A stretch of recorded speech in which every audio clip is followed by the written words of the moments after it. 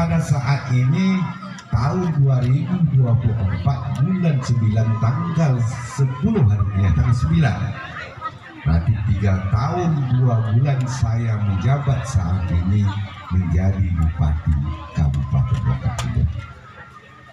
Di dalam 3 tahun 2 bulan ini kita dilanda COVID-19. Anggaran direkam pusing sebanyak 8%.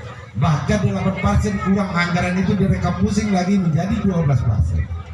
Sehingga baru efektif saya menjadi bupati itu hanya 1 tahun setengah. Di dalam 1 tahun setengah itu perlu saya sampaikan kepada kita semua masyarakat Kubu dan Kuba pada waktu tersebut bahwa kami telah anggarkan untuk pembangunan jalan Kubu ini, termasuk jalan lintas Kubu ini.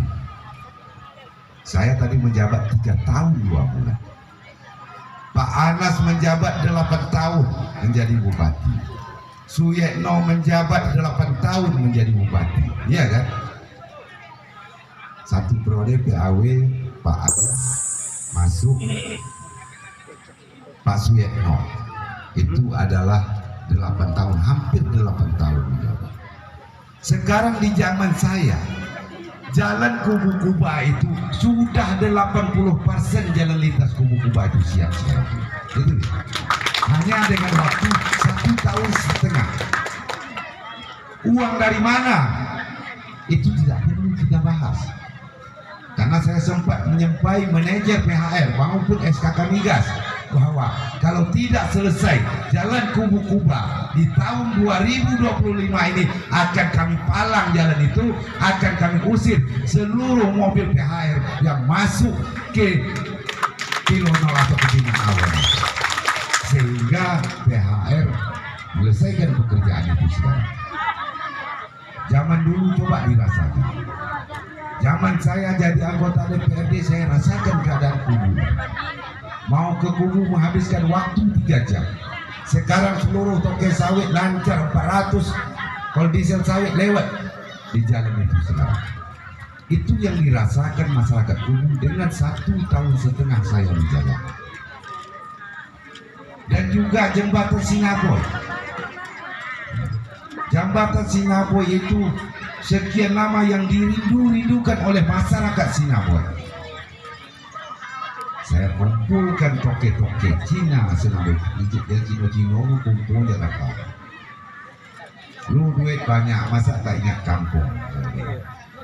Makanya kumpullah toke-toke yang asli Sinabui orang itu Cino itu mengumpul duit sebanyak 26 miliar. Siap jalan, siap jembatan Sinabui. Itu dia. Jadi begitulah usaha kami bagaimana infrastruktur yang ada di Kabupaten Lokat Hilir ini bisa dilewati oleh masyarakat kita. Khususnya tentunya masyarakat Kubu dan Kuba ini merasakan dengan jabatan kami hanya 1 tahun setengah efektif menjadi bupati. Itu dia. Kalau 8 tahun belinyang jalan itu, tapi 1 tahun setengah. Dengan APBD kita yang waktu itu hanya 2 tahun 2 triliun 100 miliar. Sekarang APBD kita meningkat. Saya terima P3K, saya terima tenaga honor, saya bangun jalan, sehingga ada uang untuk membayar ini semua, sehingga kita membayar gaji tenaga honor dan P3K itu 382 miliar setiap tahunnya. Itu dia. Jadi kalau ada yang mempelintir, ada yang membuat akun-akun bodong, bahkan ada yang mau mencetak kartu BLT katanya. Kartu BLT itu telah kita anggarkan sebanyak 56 miliar. Se-Kabupaten Lokat Hilir ini sebanyak 24.000 kakak. Itu telah dirasakan oleh masyarakat kita. Itu dia. Jadi sekarang Bapak Ibu semua mungkin bertanya, saya ini orang politik, mengapa pilih Setiawan menjadi wakil bupati saya? Ini menjadi tanya-tanya mungkin semua. bahwa di dalam pemetaan politik, bahwa saya orang Tanah Putih tinggal pada saat ini di Bangkok, Setiawan orang kubu Kuba. Dari mana pemetaannya tidak masuk? Dengan kubu sebelah itu ambil orang Rantau Bais, ambil orang Ujung Tanjung 2 kilo ya anak. Sopo sama Bang Iput sama Ridwan tadi terjadi. Iya kan? Bodoh perumah. Jadi di dalam segi pemetaan politik, insya Allah ini di atas kertas kita sudah jauh meninggalkan pihak sebelah itu. Jauh. Makanya pada saat ini orang kubu harus kompak.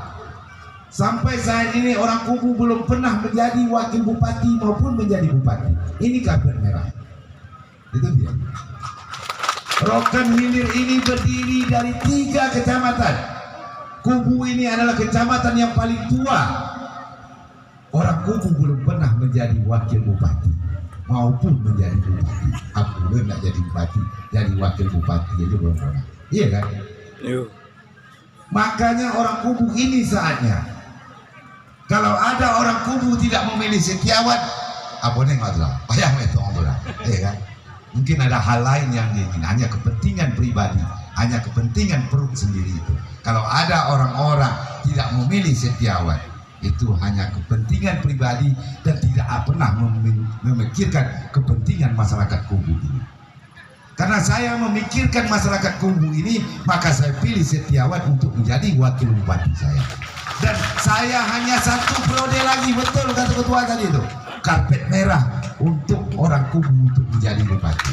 Itu dia. Kalau ada orang kubu tidak memilih Setiawan, daya mati numpang lah. Sampaikan sama saya. Ayah kita tanya itu bahasa aku, abang belado. Pada butuh untuk tampil kamu, daya mati numpang lah. Nah, gitulah saya ingin untuk tampil ya keluar itu. Ayah itu ikan ayah ada. Ya itulah kata rumah sama kita. Iya. Kalau ayahku tuh kowe huyangnya. Ayahku tukang. Sehingga SMP aku udah pandai buat main. Karena ayahku tukang, aku bisa buat rumah, aku bisa masang batu, aku bisa pasang keramik. Di SMP aku udah pandai. Aku tengok ayahku pakai kayu tuh. Kalau atuk aku alim ulama di Sintong itu, hidupnya susah, anaknya orang boleh huyang. Sampai muntu aku juga alim ulama, nabe.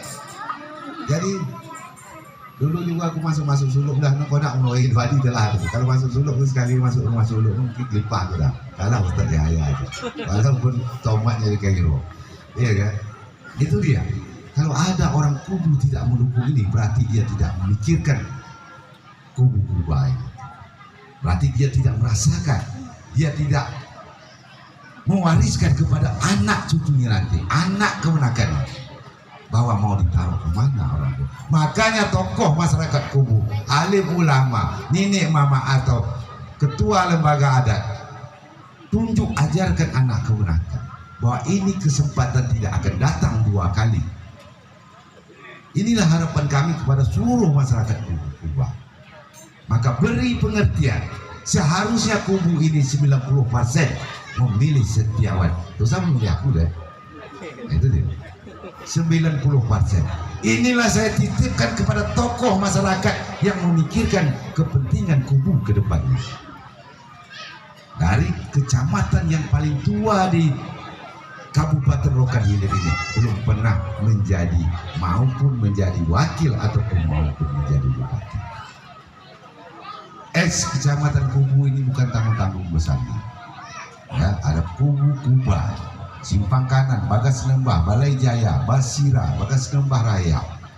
Ya, 4 kali dari katakanlah dari kecamatan Kubu ini. Pertama Yatiman berpasangan sama Asri ya, kalah. Saiman berpasangan sama Herman Sani, kalah.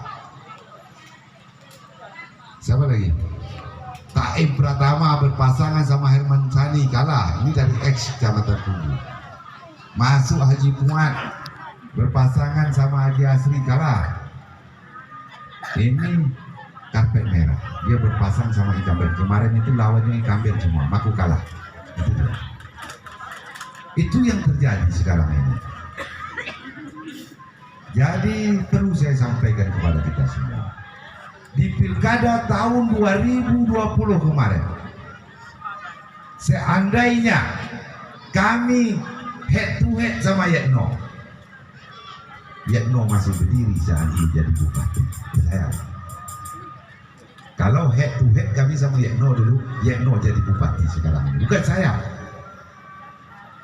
Karena Tanah Putih Tanjung Belawan itu ke Yetno semua, biasa pilih incumbent itu. Tapi karena adanya Haji Asri mencalon di situ, 90% orang itu memilih Haji Asri. Bahkan Senembak itu biasanya lari ke incumbent.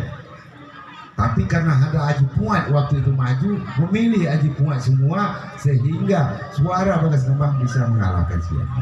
Makanya kami melenggang untuk menjadi bupati di periode 2020 ini. Jadi kalau ada konsultan politik mengatakan head to head itu incumbent tumbang, itu bohong. Itulah bukti. Karena konsultan politik waktu itu Pak Yeno adalah orang kubu. Dia bilang 4 pasang ini Pak Yeno duduk manis katanya. Duduk manis, tengok itu manis betul, iya kan? Itu yang terjadi. Jadi makanya saya orang politik, saya tahu ini semua. Saya tahu pemetaan politik, saya tahu harus berapa saya buat pasangan. Itu baru katakan orang politik. 10 partai pendukung termusung, 1 partai pendukung, 11 partai kita sekarang. Di atas kertas kita sudah menang selangkah. Tapi kita tidak boleh terlena. Tapi kita tak boleh memangku tangan. Lebih berat, lebih keras lagi bekerja. Sama-sama berat, satu head to head, sama head to head. Itu disampaikan ketua tadi, betul.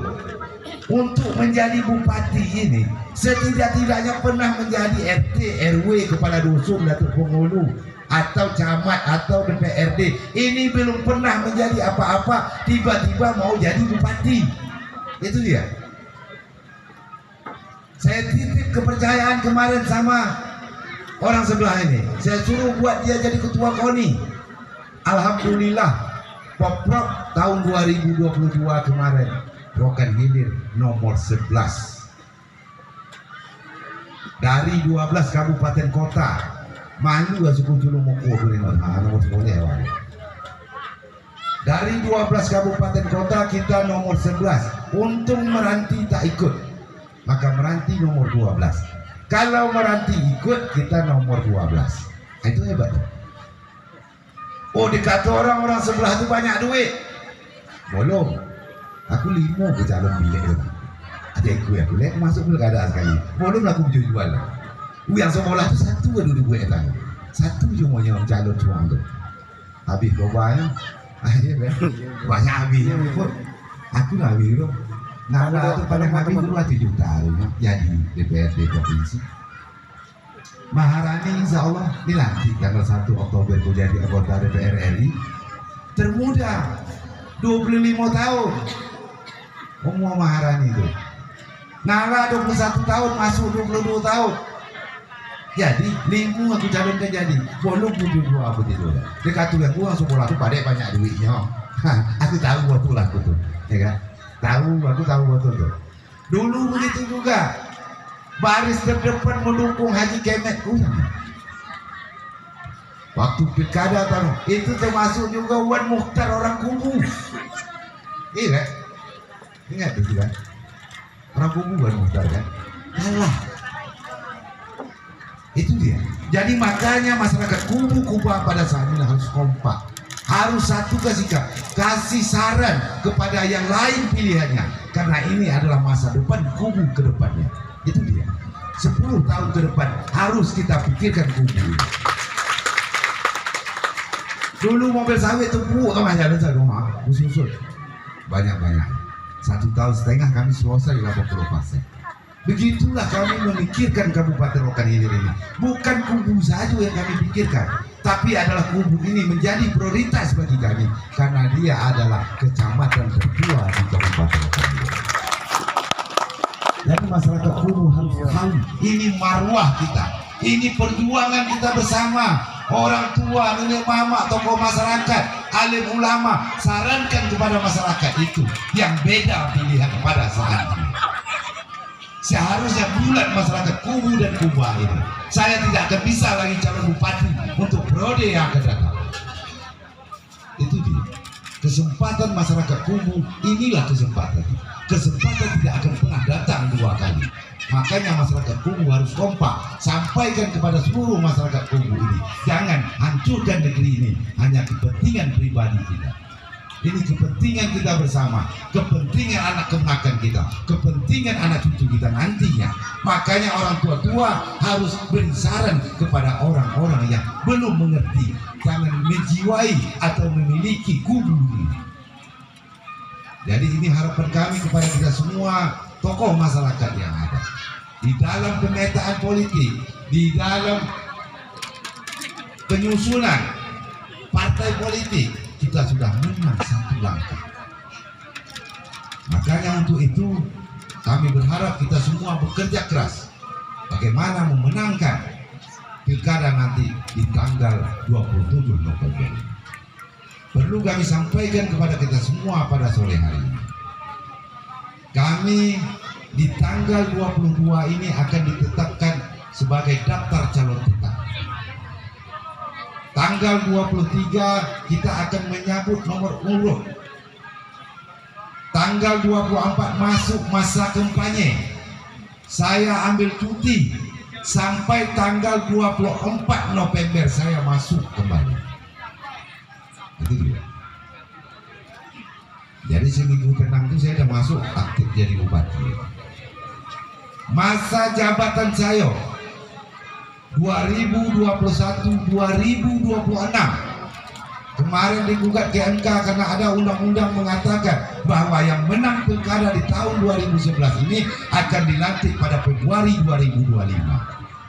Digugat ke MK 282 kabupaten kota yang pilkada serentak di tahun 2020 di zaman kami.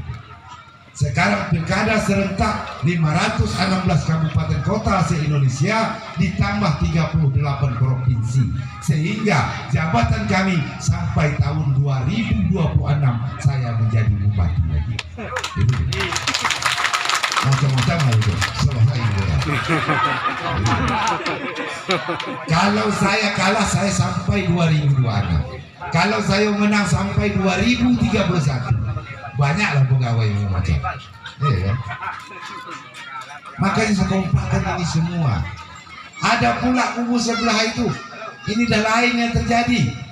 Wakil pula intervensi ke orang lain, sementara bupati tidak pernah intervensi sama pegawai. Wakil pula intervensi, nah macam mana? Di telepon ya, di telepon nampak yang melaik mau komen itu mau, pada parahnya. Ini pernah kejadian di Indonesia. Tidak pernah kejadiannya wakil bupati yang intervensi kepada kepala dinas, kepada pegawai, kepada tenaga honor. Itu belum pernah terjadi. Makanya tadi pagi saya ambil apel itu tadi pagi. Karena saya tahu. Jadi itu, saya berharap kita masyarakat ini saat kami bekerja tidak memikirkan sebenarnya. Tidak memikirkan kepentingan kami sendiri. Tanyalah sama yang rumah-rumahnya mau ngomongin duit nak, tapi kalau untuk pilkada aku cukup ya. Kalau untuk pilkada aku cukup ya. Sebab aku banyak duit itu awak dah itu. Itu dia. Sebab aku banyak lah itu. Baik.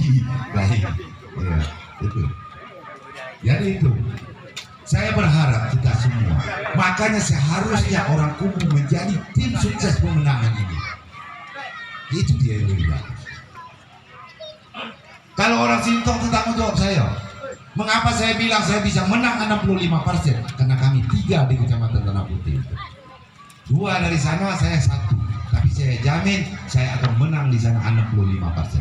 Di Sintong itu suaranya 12.000. Rantau Bais itu cuma 2.000. Itu pun bola-bola. Kalau di Sintong itu mati dah hanya tuh. Aku pilih itu. Mati dia kan naikkan isme daerah ke sana. Datanglah calon lain dulu ini ambil yang tinggi itu. Nah itu kan yang Sintong itu bulan ke daerah. 12.000 pemilih Sintong itu. Tapi kalau dikatakan isme daerah itu mati orang mau memilih kita. Itu Harusnya orang Kubu punya perasaan ini. Harus tanamkan jiwa ini bahwa kebersamaan, merasa sama-sama memilihkan Kubu. Begitu yang harus dibuat oleh masyarakat Kubu. Ujung Tanjung itu dari Troget cuma 6.000 pemilih. Singkong itu 4 desa 12.000. Masih A, saya sampai A. Dulu satu titik pun saya tidak ada kampanye di Singkong itu. Saya mendapat suara 90%. Ini saya yakin di Singkong itu kita masih dapat 90%.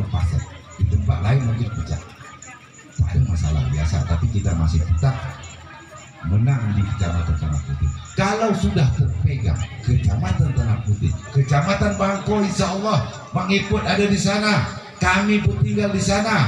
Kecamatan Bagas Senembah Raya, Tiye tinggal di Bagas Senembah. Kecamatan Kubu Kuba, Tiye asli orang Kubu Kuba. Di mana kalah kita? Itu dia.